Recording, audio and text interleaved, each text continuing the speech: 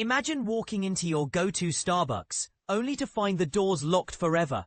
That's the stark reality facing thousands of customers as the iconic coffee giant grapples with tough decisions to stay afloat. But here's where it gets controversial. Are these drastic moves a smart reset, or just a sign of deeper troubles? Let's dive into the details and unpack what's really happening behind the scenes. From New York, the news broke that Starbucks is shaking things up in a big way to revive its flagging fortunes.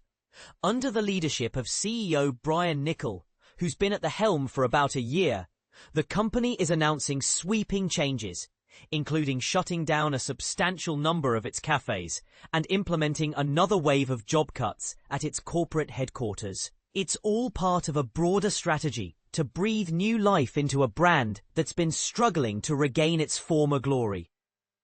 On Thursday, Niccol revealed that Starbucks plans to close hundreds of stores this month alone.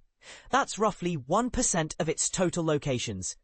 To put that in perspective, the chain operated 18,734 stores across North America as of the end of June. And by September's close, that number will drop to around 18,300. These closures aren't random. They stem from a thorough review of the company's footprint, essentially an evaluation of where its stores are positioned and how well they're performing. The spots slated for shutdown are those that couldn't deliver the welcoming, high-quality environment customers and employees, whom Starbucks calls partners, expect, or where profitability seemed out of reach despite best efforts. Starbucks has always shuttered underperforming locations for various reasons, like low foot traffic or operational inefficiencies. But Niccol emphasized that this round is on a much larger scale. This is a more significant action that we understand will impact partners and customers, he stated.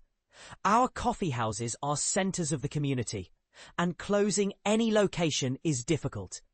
It's a poignant reminder that these aren't just businesses. They're gathering places where people connect over a morning brew, and this is the part most people miss. Despite the closures, which will wrap up before the end of the company's fiscal year, that's the 12-month period Starbucks uses for financial reporting, ending next week, the company is optimistic about bouncing back. They're not just cutting back. They're investing in the future by planning to renovate more than 1,000 locations. Picture this.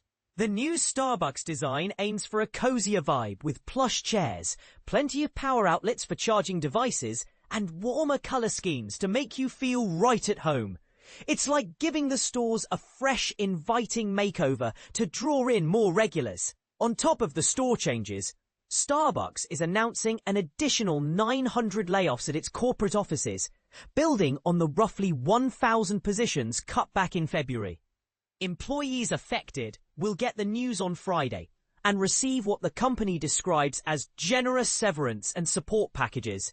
Think financial assistance and resources to help them transition. Plus, many open roles will be eliminated to streamline operations.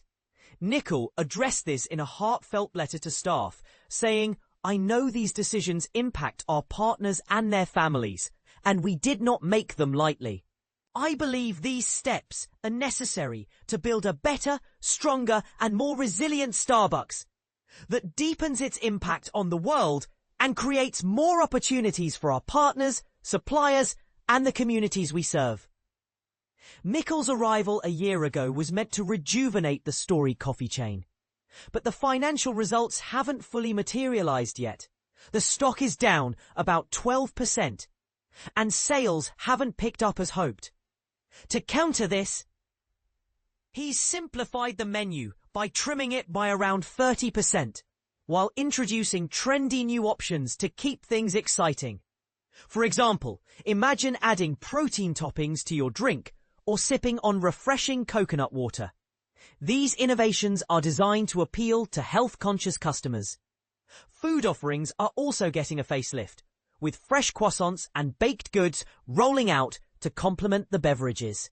Beyond the big remodels, smaller enhancements are making a comeback, like self-serve stations for milk and sugar, allowing you to customize your drink just the way you like it.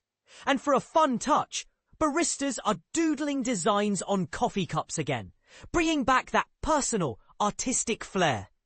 Even the company's name has been tweaked to Starbucks Coffee Company to emphasize its deep roots in crafting exceptional coffee. But here's where it gets controversial. Not all changes have been met with open arms. Some baristas have pushed back against uniform updates, which even led to a lawsuit.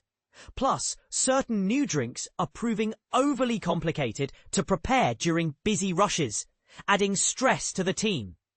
Is Niccol's vision of innovation worth the friction it's causing on the front lines?